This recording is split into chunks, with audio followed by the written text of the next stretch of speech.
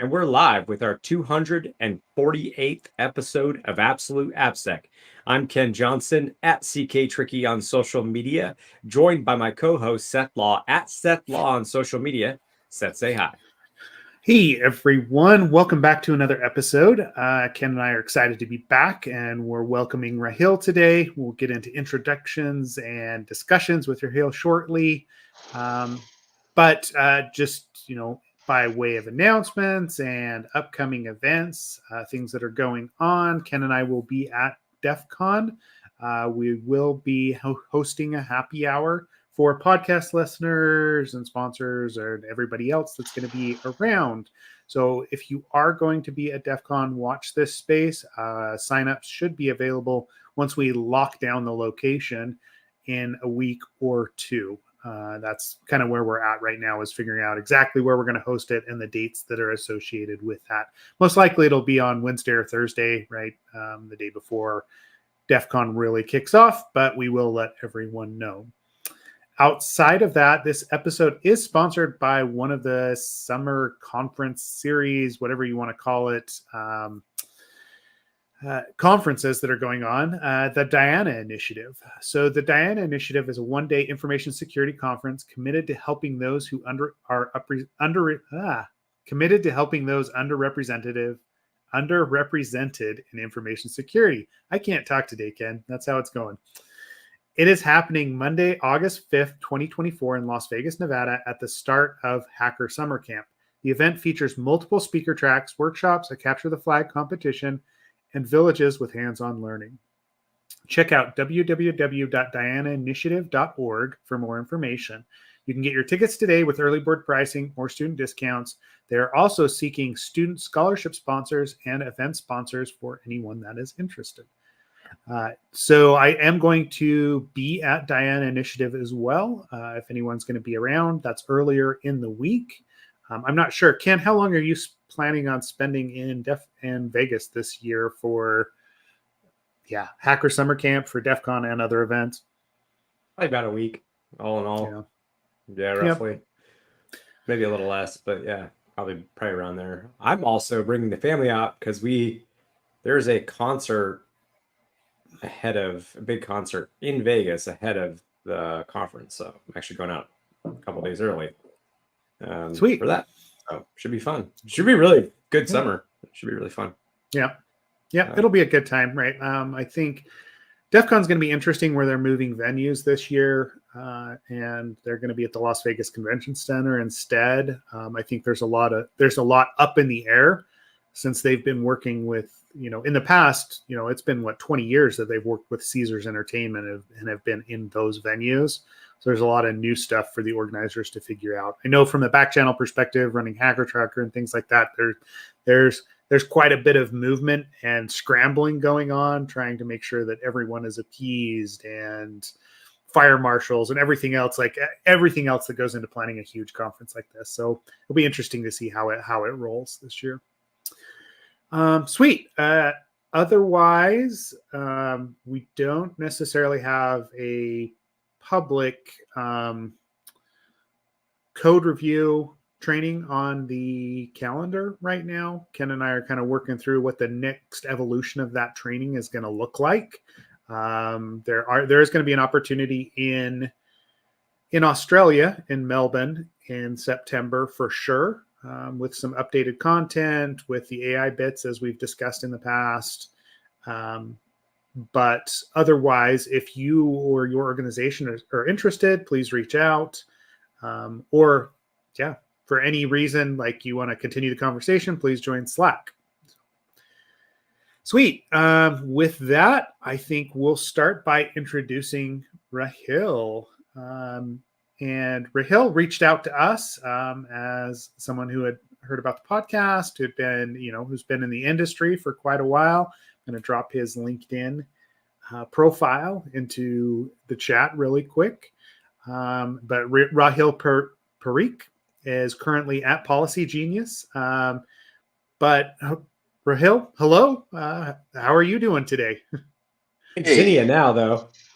Yes. Oh, yes. Policygenius was recently acquired by Zinnia, but Yeah, it's really nice to meet you. I'm good. How are you folks doing? Yeah, great. It's Tuesday, so it's early in the week. There's still a lot going on. So from my perspective, it's a great week. It's the start of another week. Yeah. So tell us a little bit about what you're doing over at Zinnia. Actually, Rahil, before we get into that, let's talk about your background, right? How you got into security as it is, kind of where you started your career. It's always interesting to see what people or where people actually started, right? Last week we were talking to Alejandro. He started out as like a pre-med, like doctor major, and then ended up in computer science, right? Like, came to the security space. So I'm interested to hear what your background is and how you actually got into security. Sure. I'm gonna take a little bit of journey into history and my past, but like I started like using computers and learning programming when Pascal was the language out there. Awesome. Yes. So this goes back like quite a few years. When you'd actually boot your computer into the terminal first, and then if you wanted a Windows, you'll type win.exe and it will bring up the actual Windows after that. So that's where I started my computer days, way back in time. Nice. That's a long time. Nice. I remember. That's Yeah. decent. Yeah. I remember it, I'm with you, Rahil, because I remember, copying actually Pascal code from a magazine into a terminal and then trying to run it, right? To do like, playing with like graphics and bits on the screen. And anyway, so cool, right? Those were good times. Yeah, those were interesting days. So like ever since I was kid, the computers is the thing that I haven't known for years. And like did computers up until like I did my undergrad, like learned quite a few things in programming and everything. But if you imagine, I spent more than like 10 years doing programming at that point when I was a kid. So I was like, I want to try something new, but I don't want to leave computers. And that's where I read somewhere that there is a new thing that's the people are talking about, and it's called information security and hacking. And I'm like, I want to try that. And that's how I kind of started looking into the security, did my master's in infosec, and then I actually landed my first job at one of the information security consulting firm that's based out of New York. Their name was Gotham Digital Science, and that's where Yep. I did a lot of offensive testing and penetration testing, things along those lines. Yeah, Okay. didn't GDS and Matasano get acquired? Did both of them get acquired by NCC? Or like maybe I can't remember who Yeah. acquired GDS. I believe GDS was acquired by Strauss, which eventually was acquired by Aon. Okay. Oh, Acquisition. Yeah, yep. I couldn't remember. I remember back then they were like, and Gotham Digital Science was one of those firms that was like a really, boutique, high end, you know, it wasn't like what some people call like a body shop, where it's just like a lot of folks just trying to pump out volume. It was like, no, these are top researchers, people putting out literally research papers and tooling on new attacks, new things. Really good group of folks at GDS at that time. Yeah, I believe like a lot of things that I learned was from one of those people. If you remember Brian, he kind of had initially like wrote about padding Oracle, and he kind Yeah. of deployed the tool, like made the tool available to people. And then like a couple of years down the line, there were a lot of research around like MDM stuff on the mobile device management tooling. And then there were like there's a couple of issues. I want to say at least one of the major issues or vulnerability that was discovered was jet leak. That was also discovered by some of the people at working at GDS. That's awesome. I remember that. I remember using the tool too, on actual engagements. Like, man, I might have been working with you at the time, Seth, when that tool was released. I can't really remember. Mm-hmm. Um, Yeah, those were the days, right? Like, I mean, we were at that point, we were at Fishnet, right? But I remember running into a lot of the GDS folks, especially on like the research tracks, right? Like, so the tools that were coming out of there were always were great, and like, yeah. I do remember being a little bit envious of the research focus of GDS, being in a shop that was more like a VAR security shop that was more focused on kind of the numbers that were coming out, I'll say, right? Like, but it was, it was always good to, to see what was happening at GDS. So you were mainly a penetration tester over there, Rahil, or what was your position? I believe I did like a couple of things over there. Pen testing was web application pen testing or application pen testing was one of the major areas. Other focus area that I also worked on is source code reviews. Okay. But and then threat modeling. So a lot of application security focus work was focused when I was at GDS back in the day. Yeah. Very cool. Cool. Yeah, which that sounds very familiar, right? Like with, what was going on in the industry in general, but like with consulting firms, it seemed to be like it was like we all knew that application security was a thing, but it was very much like the red team side of that, I want to say, right? Like it was very offensive focused. You would do source code review, but it was like just bug finding and a lot of like tool analysis as well. So cool. So from there, what happened after GDS? Where did you go from there? Yeah, like from GDS, I was at a firm called Newton for a little bit. But then like quickly from there, I switched over to Jet.com, and over there I was Okay. a senior security engineer that was responsible for application security program for the company. And Jet.com, if you're familiar with it, is a company that was eventually acquired by Walmart. It brings us full circle there, Seth. Yeah, it does. Yeah, I do like that's right, because it didn't Jet.com become Walmart.com, right? You were the team that like put that together, right? Yeah, we were Yeah. like one of the very early. I was one of the very early folks on the team that actually helped build out the security program for the company. Cool. Well, Walmart's nuts in terms of just how many bits of software is developed for them from everywhere. I mean, I think, Seth, I think we even hopped on calls with folks from South America at one point. Because they had a pretty strong effort towards building out their software geared towards South America. But yeah, like what of course it's a global company, it's huge, but I don't think even I was prepared for just I don't know what you experienced there, but yeah, it's massive, lots of challenges.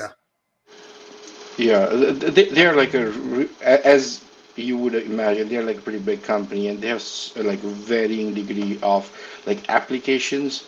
Particularly Jet.com, it was very big on a programming language called F Sharp, and it was pretty interesting to build a program for a company that uses a language which almost no one supports, like in terms of like scanning the code and all that. So it was pretty interesting time learning how to work around the limitations and coming up with a program that would still provide sufficient degree of coverage and assurances. So yeah, it was fun time. So you needed to have automation in place, but that automation, there was no automation for F Sharp, it sounds like. F Sharp was pretty new at that time in the market, if I remember correctly. And like if you go to like a Fortify or any other static code analysis tool, they would say, "Oh yeah, we support C sharp or VB.NET or something like that." But F Sharp was like a new kid around the block, which did not have great support for from some of the vendors out there at that time. Yeah, F Sharp's an interesting project, right? Like I haven't actually done a lot in it, so I'm interested to ask what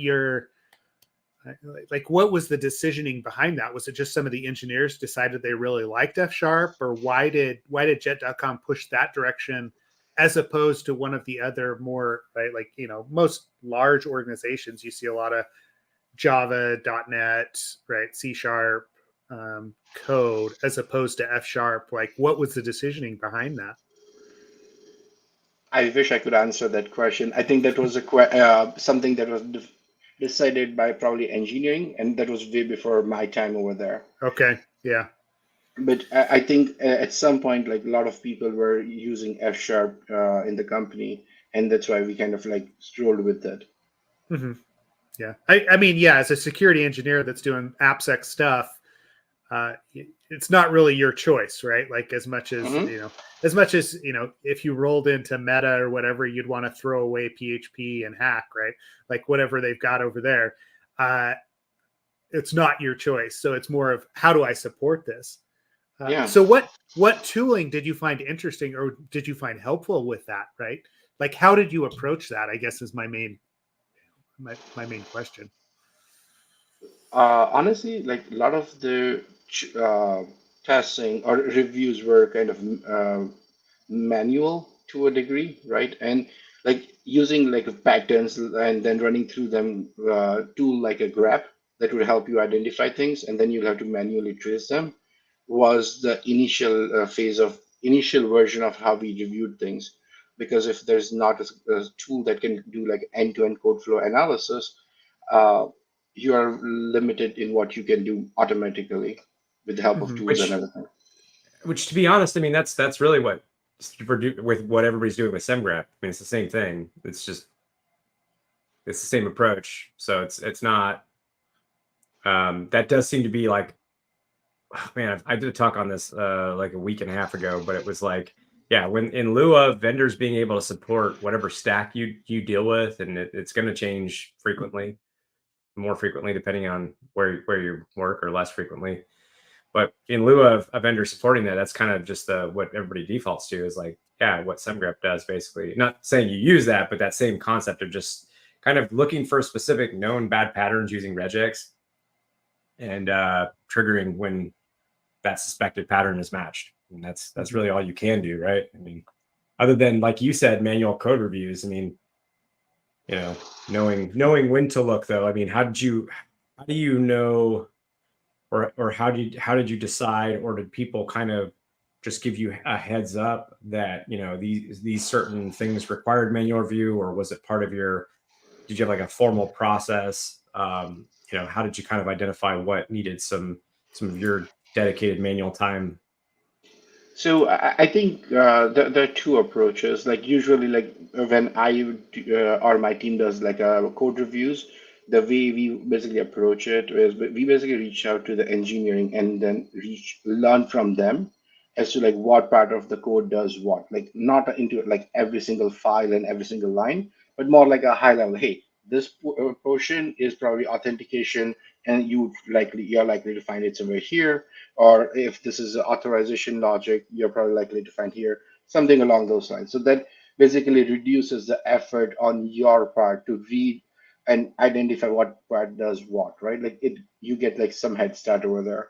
And then like with that, you can basically have a tool like grep, or like have multiple patterns that say, okay, for authentication, let's run through this patterns, see what it does, what we see. And then from there, we kind of start doing manual review. So it's kind of a hybrid approach, not fully automated approach that you would see where you have like source to sink tracing, but it is better than just like reading through 10 million lines of code. Yeah, I agree. I mean, yeah, we can talk about it another time, but yeah, I agree a whole lot with your strategy. Seth's gonna laugh because yeah, that's like one of my favorite ways to go about it. It's like using certain risk markers to tell you like which changes require a little bit more digging, and it's okay to use multiple factors, even if those factors, like regex is going to be as accurate. It's not a source of sync, so it's going to have some level of accuracy, but that's going to vary wildly. But when you take into consideration other things that might be or going on in that change around, like you said, authorization, authentication, whatever, it's like, okay, all right, well, now we have to start thinking about, now this might take this has enough risk for me to take time out to go and manually review that code, essentially, kind of approach. which I think is pretty common amongst most software or software security shops. Yeah, I mean, has that been your experience? Did you take that approach onto your your later experiences with Frame and New York Times and so on and so forth? Yeah, definitely. I think one other thing that I think has helped me recently a little bit more is as you grow more into the role of information security, like quickly start realizing that security is only part of the job, whereas like a lot of it is like managing the relationship, building the trust, and making sure people do come to you when it is right time for them to come to you, right?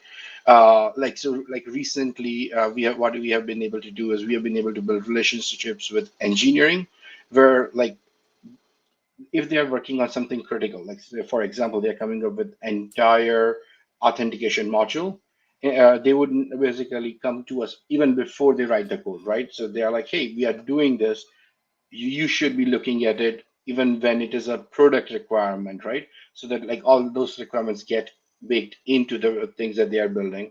But then they get into the technical implementation and they actually invite you as part of the pull request reviewer. So instead of like you having to read the entire application or like one like entire code block as a chunk, you can also look at like smaller things as they get shipped and then revisit that later. That way, you are also providing them real-time feedback as and when things happen, so that it is helpful for them to correct it and correct the things that might result into security issue later down the line and would cost the company and engineering more time and resources to fix.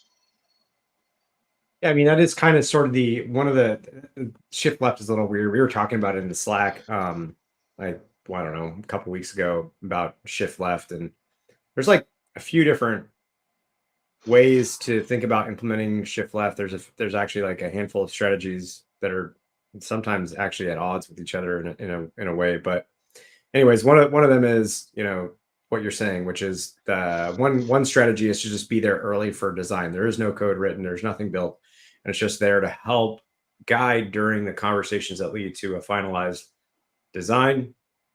In as much as you can do a final design, because as you get into stuff, obviously things change.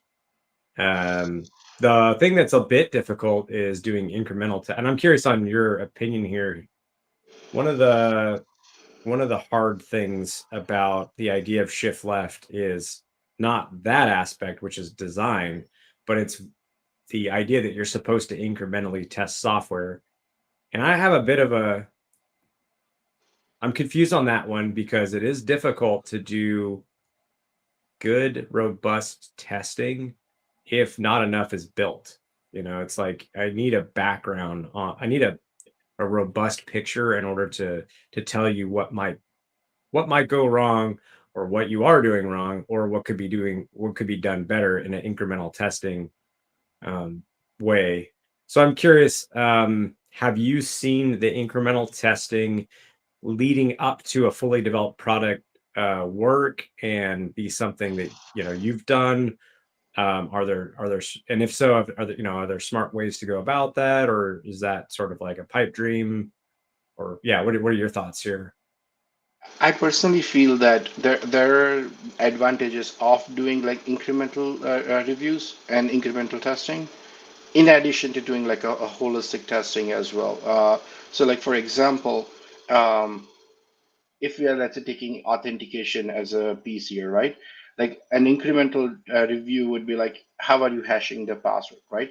So that could be a good example, a good way to check whether you're using the right Mhm. hashing algorithm. Are you using right kind of key storage, or like are you using right number of iterations, or like word factor, things along those lines, right? That is like a very minute level of detail that you can capture while things are being built, right? And then like once the authentication is built out, which let's say takes about 2 or 3 months or something, then you take a step back and look at the whole piece and say, okay, this makes sense, or no, we should revisit this.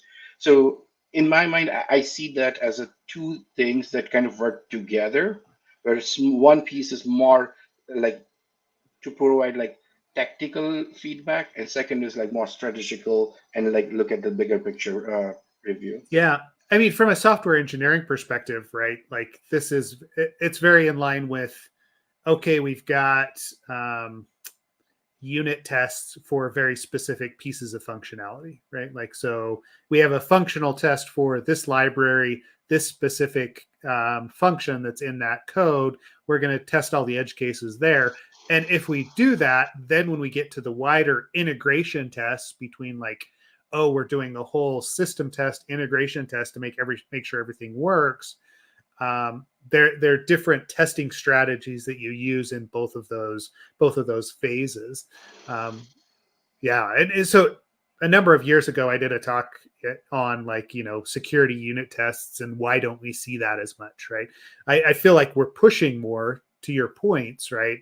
We're pushing further left, but I still don't see necessarily security unit tests as opposed to security integration tests, right? Like we do a lot of dynamic testing at the level of here's the whole application.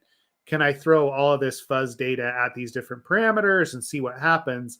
But I don't see a lot of here's a library with these 6 functions in it with all of these different parameters. And I'm going to find the edge cases to all of these, right? I'm going to fuzz every single parameter, whether or not it's accessible to the client at the end. I'm going to fuzz it all so I can identify those problems. That's just my thinking as I hear you talk, Rahil, is that those separations between those two, you're stepping over from what we've traditionally viewed as security into more of like a programming role, right? Mm-hmm. Yeah, I see what you're saying, and I actually would love to have that like a unit test approach as well. That is the like a dream come true scenario. But one thing that I also kind of like struggle is how do you help engineers who are writing these applications build unit test cases for security when their primary job is not a security. So they need some knowledge and background to do that. Or do you basically embed your own engineers into engineering teams and let them build it for engineers at that point? Yeah. Oh, that's an interesting one.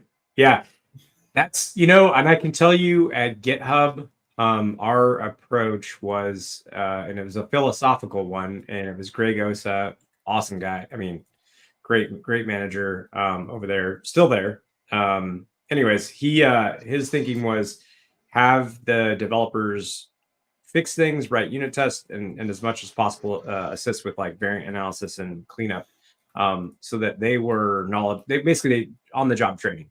That's really what it came down to. It wasn't some, insanely insight. It's cool, it's smart, but that's all it really comes down to is on the job training for developers so that they are enabled to do this themselves and don't lean on our, 4 person team out of 1,500 engineers. So we don't scale that well. They do, kind of thing. And I think it worked or works.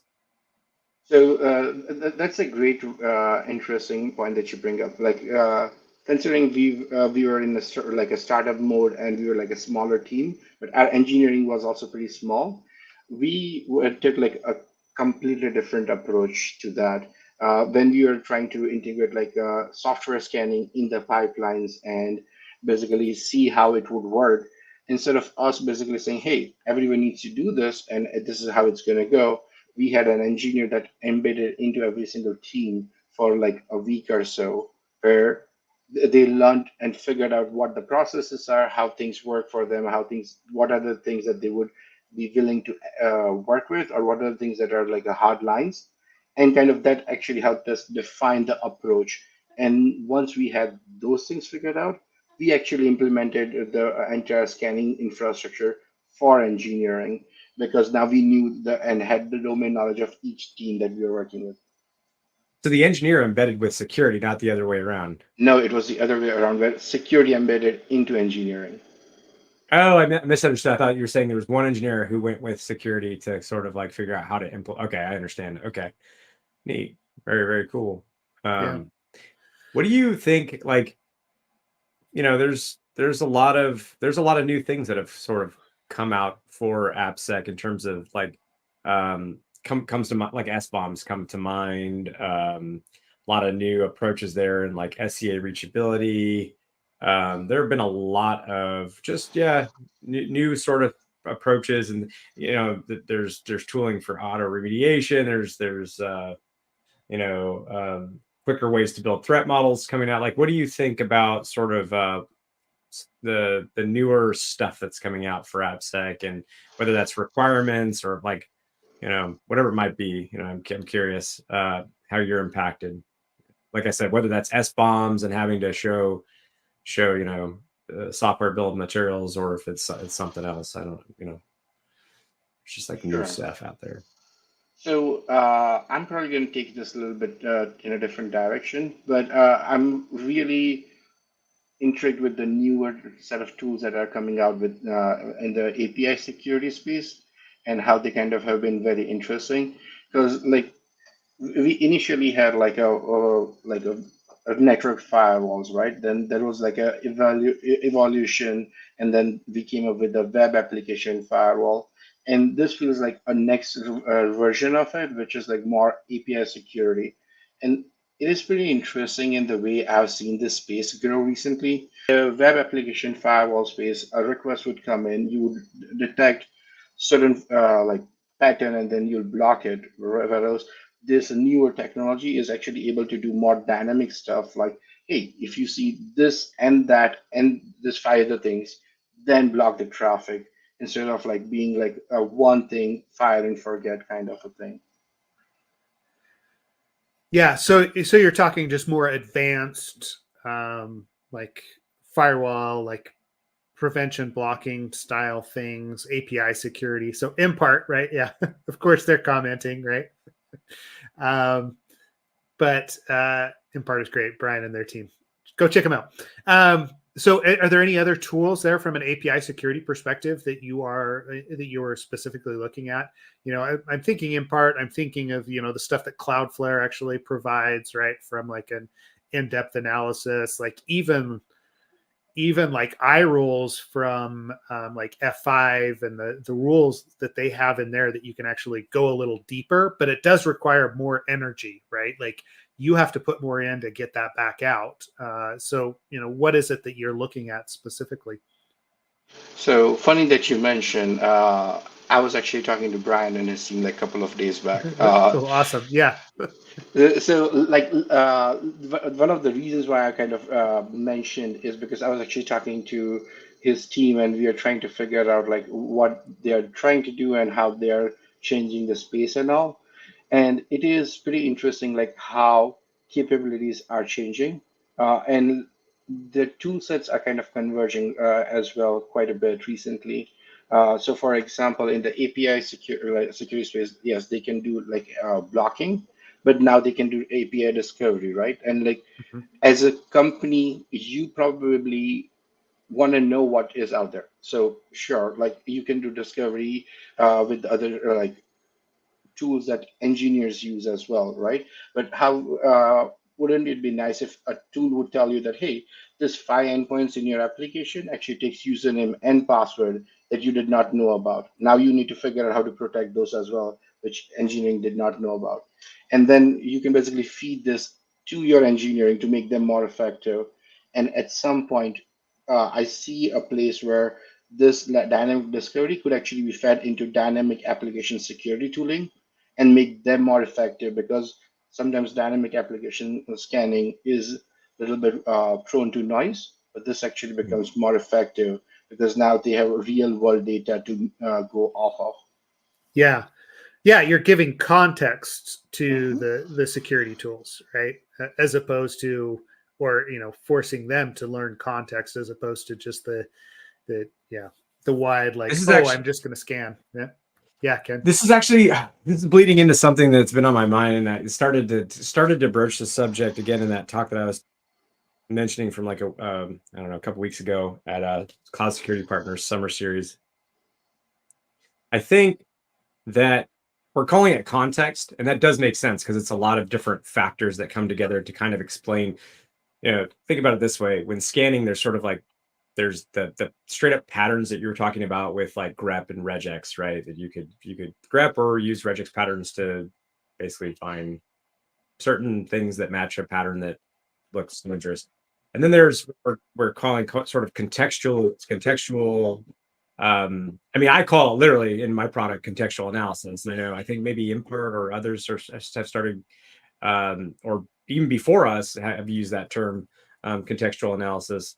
But I think what I'm realizing is that there's especially with the advent. I know I'm going to bring up LLMs, but I always do. But I think there are two separate things that I'm seeing emerge. One is security and a pattern analysis, which has been there forever. In about 26 years, we've been doing this that way.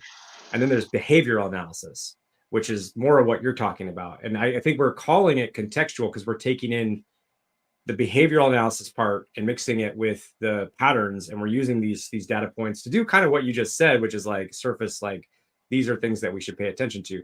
The behavior analysis part is getting very, very interesting to me, because that's when you start taking into an account, like, yes, not only was a new API endpoint route added, but there were 5 of them, and by the way, those require significantly different and important parameters that are coming into them than like any other endpoint. So now we've established the behavior is a bit of an anti-pattern, or at least it's something that maybe we haven't accounted for in how we secure it.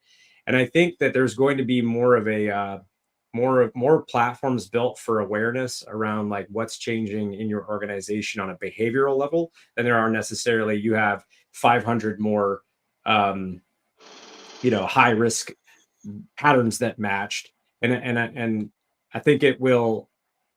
I think what will end up happening is it'll tell people like where they need to go to look at things, and I don't know, just allow them to kind of keep awareness, like I said, of what's going on in their environment. I just think it's the next wave of what we're gonna hopefully usher in as an industry, because the like straight up pattern analysis only doesn't seem to be a super great signal for when we're introducing vulnerabilities. So yeah, I could go on forever, but I don't know. You just you said too many things that like touch on this concept. I'm like, I got to get this out. I got to like say this out loud. So anyways, I don't know how that lines up with how you're feeling about where things are going or how you're operating every day. But Yeah, as in like I could not agree with you anymore. Like you're so right on context and behavior analysis, because like things are shifting. Like previously, like even if you look at like a DLP space, it used to be like pretty regexy based, where it would see a regex and it will flag things, and now they're kind of moving into more like, hey, what is the user doing? Like does it fit into the grand scheme of things for me to flag things? And a lot of technologies are moving from the space where they were just focused on regexes or like patterns to like, hey, let's look at the larger picture. Let's look at the user behavior, user patterns, like things along those lines to make the final determination of whether something really needs to be bubbled up, right? Because in real life, how many times you have a 500 people security team that can look at every single alert that bubbles up? Mm-hmm. yeah, you absolutely can't. But and man, all right, I agreed. And there are so many simple ways to sort of go about getting that kind of information now that we have. And again, I know I keep saying it, but I do think like we have new technology that allows us to do some level of like what's changing and over the big picture and grand scheme of what's happening over the course of this week, this day, this month. What are the most significant things based off of these are the markers we consider to be significant? So like a good example would be instead of like you said, instead of writing a pattern that's like, hey,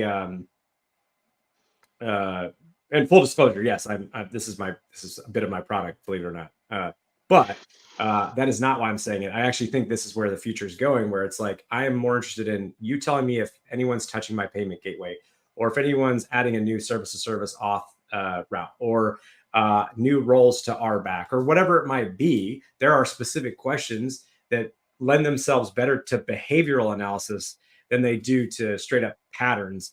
And again, I'd argue in a lot of cases, that's more impactful as a practitioner who can't go and look at every single pattern that is likely to pop in a day, which is probably going to be significant.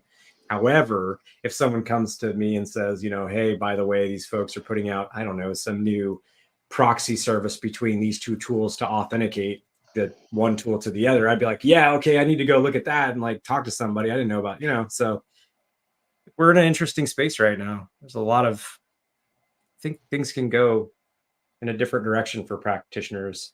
Yeah, I'm hopeful. Yeah. I don't know how you feel. I don't know why I'm talking about how I feel. How do you feel about it? My opinion doesn't matter. Yours does right now. Yeah, as in, as I said, I'm very hopeful that this is the direction that we are going to go into. Um, just drawing from the real life experiences, right? Like you have usually like a smaller team that has to look into like so many things on top of keeping the lights on and then running all the operations and everything, right? So basically, if you had to look at 500 alerts in a week versus 50 versus 5, it significantly gets better. Your quality of the like if as the quality of the alert improves, your team's ability to respond and help the organization also improves significantly. So I think like going into the contextual contextual alerting and like looking at like composite alerts instead of like one alert at a time is going to get us to a point where we are more uh, more effective in responding to things. I feel like we're seeing this too to some degree in certain like we talked about Chimes and Monocle before, that was sort of using, I mean, it was using less behavioral analysis and more like pattern data points, but it was using multiple data points to determine sort of risk and then also just keep things healthy. I know that there's, well, actually, I won't say the organization just in case he's not okay with me saying it. But there's a very cool Silicon Valley company that people follow along with their security trends that are moving that direction, internally building stuff as well. Actually, they've already. And anyways, yeah, thank you for the discussion on Monocle. I have another different question though around hiring, because that is like, first, are you involved too much in hiring, or have you been involved in the past in hiring practitioners? I assume you have, but I want to make sure I've asked. Yes, I have been. I figured as a manager, how would you not be? But so then we get a lot of folks who come in and they're newer and they're struggling to figure out, what should I do, like what makes me marketable or what makes me desirable as as somebody to join an AppSec team. So thinking maybe journeyman to mid-level, what are some of the things you as a hiring manager would look for in an individual, both in them submitting into the process initially and then as you go through the interview process? Sure. So fortunately or unfortunately, I come from a time where certificates were never a thing for, like, not never, but like were not a big thing for application security space back in the day, all right? So if you knew things, people could ask you questions. But now with more people in the industry, it is a little harder to differentiate between like who knows what. So this is again me not saying that you need to have a certificate, but if you have like one of the reputed certificates out there that shows that you put some extra effort to get a certificate, that actually, in my eyes, would help. But again, this is not a deciding factor. Like that shouldn't be like, hey, if you did a certificate, then only you're going to get an interview or like get to talk to me. That is not how I personally like to operate. Like, but that actually shows me that you are interested. You put some extra effort that you want to be considered for this.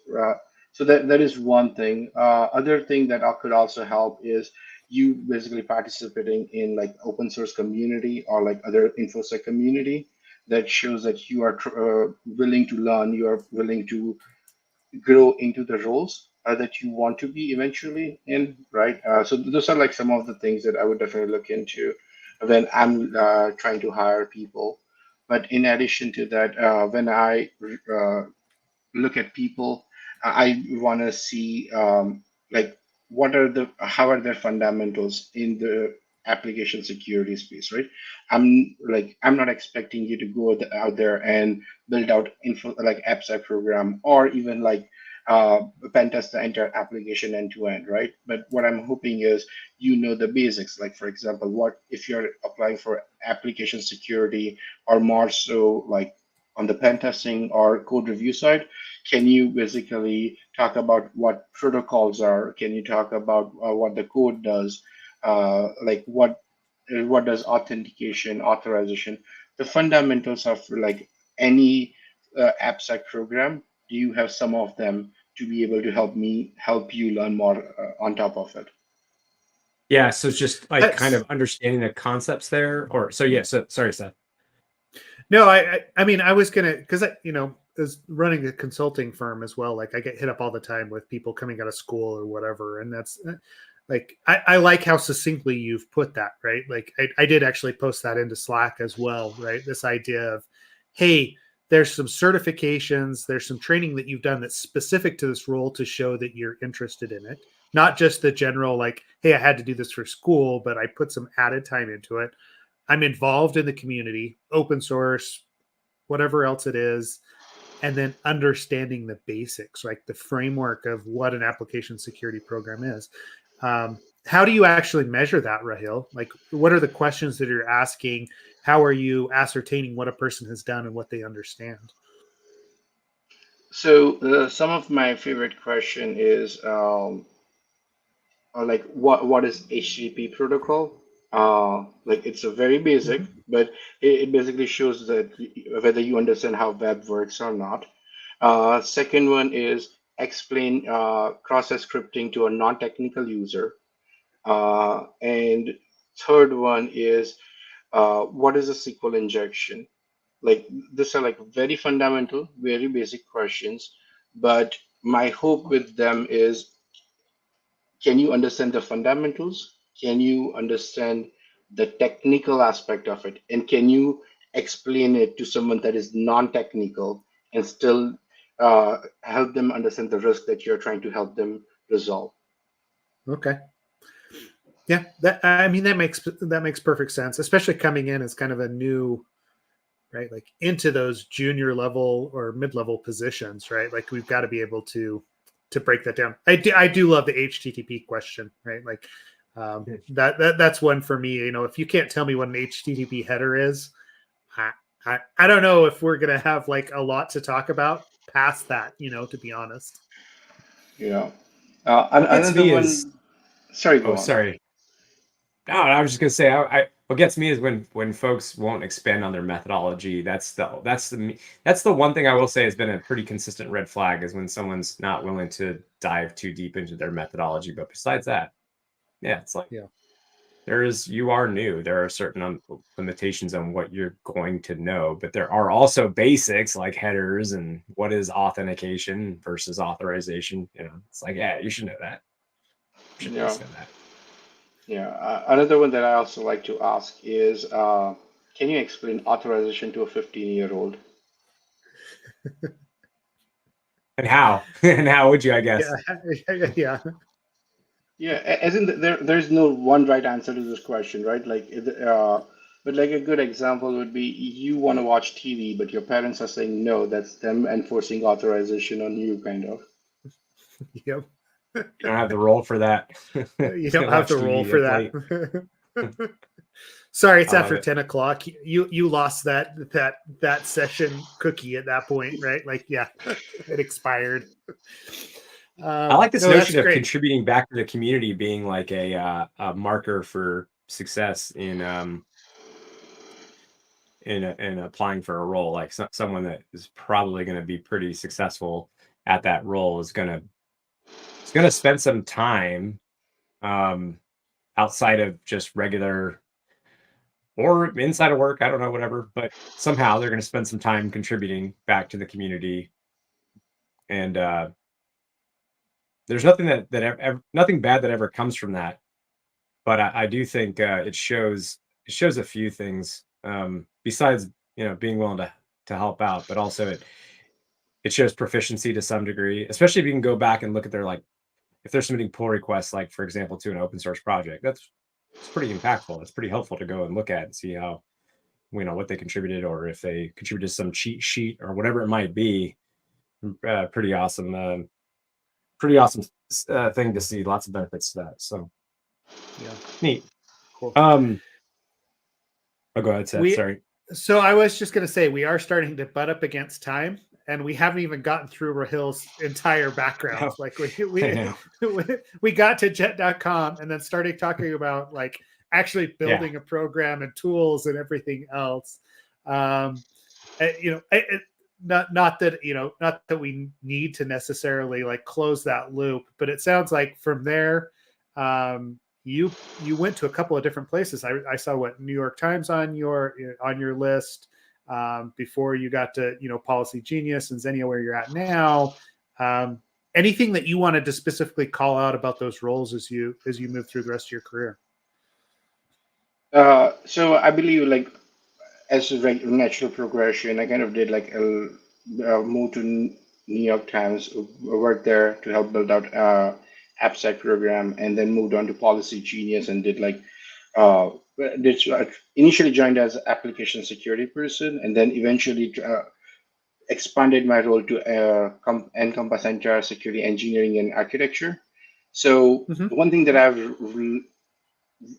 have realized, and I would really emphasize for people, is building security program is great, but you also like it also needs a lot of relationship building and like trust from people. Like as as much as long as people trust you, you're going to be successful. Because what I've found over many years is much of the work that you do is actually not done by you, but people do it for you. Like if you're a security bug that needs fixing, an engineer and a product person needs to give you buy-in and do it for you.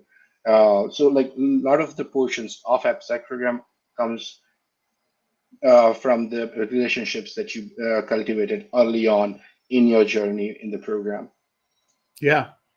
Yeah, I mean, I think we get really focused on the technical bits because that's what we're excited about from our like programming background, our engineering backgrounds, right? Like it's fun to work on these things. But you're absolutely right. Like we don't, as security professionals, we don't operate in a silo, right? To actually get anything done, we are wholly dependent on engineers, on infrastructure, on management, on product development, on product managers to actually push security through. And if you don't build those relationships, it's not going to happen, right? Like, I mean, I'm forced to do this on a daily basis when I'm dealing with organizations because, us as a third party, us being able to do any sort of assessment, to look at any code, to get anything actually done means I'm going through whoever my contacts are. So like, yes, I can create the greatest pen tester, like application or source code review report, but that's not going to affect security for this organization unless I have a good enough rapport with those people that they will understand what I'm providing to them. Right. Absolutely. Yeah. Before we, and I know like, I want to be cognizant of your time, Rahil, like we're going to wrap up here in a second, but before we step through that, what is it that you recommend to actually build those relationships? How have you done that in your career? So one of the first things that I usually do, like as when I start at any organization, is I basically reach out. I basically identify the stakeholders, usually which is your senior leadership team, and also engineering, product, legal, and ops people, and basically start reaching out to them. Set up get to know yous. Say, hey, I'm the new person around the block. Just saying hi. If you need anything, please let me know how I can help. And then basically set up like a reoccurring check-ins with them to make sure that infosec is actually a partner to them. We are trying to help them, not trying to block them. And if they need anything, we are always available to help them. So Cool. Yeah, I mean, making their life easier or expressing like, this is how I can help you get your job done and make your life easier is probably the number one avenue to actually, to push that through. And then, just from there, following through as well. From, hey, if you don't follow through, they're not going to come back. Definitely. Yeah, I like to think of building a program in terms of helping your customers. So like if you basically, I don't know if you're familiar with it, but I'm very big uh, fan of Costco because one of the rule is customer satisfaction is very important to us, right? And that basically similarly translates to infosec program, right? You build a program, but your customer needs to be happy and they need to be satisfied with the services that you offer. And you should be a collaborator, someone that is willing to help them. And that has helped me so far building out programs. So. Cool. I like that. Yeah, I think you should look I at do them too. as like customers. Yeah. And if you come from a consulting background like the three of us, or meaning you've done consulting at some point, like you really, I think that reinforces the idea that this is a customer that you're doing a service for. It's really neat. I like the way you look at that. Cool.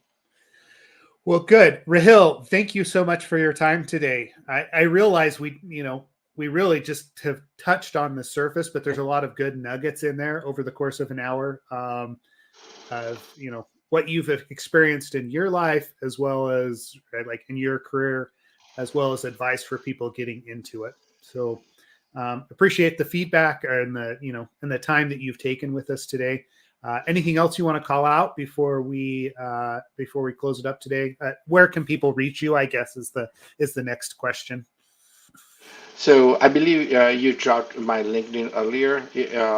If anyone wants to talk about anything AppSec or security engineering and architecture, give me a shout. Happy to talk to them.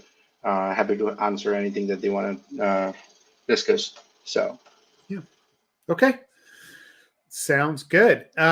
Well, in that case, we will go ahead and close it out for today for episode 248. Thanks again to Diana Initiative for sponsoring, and thanks to Rahil for being here and sharing his insights. If you want to continue the conversation, please join our Slack channel.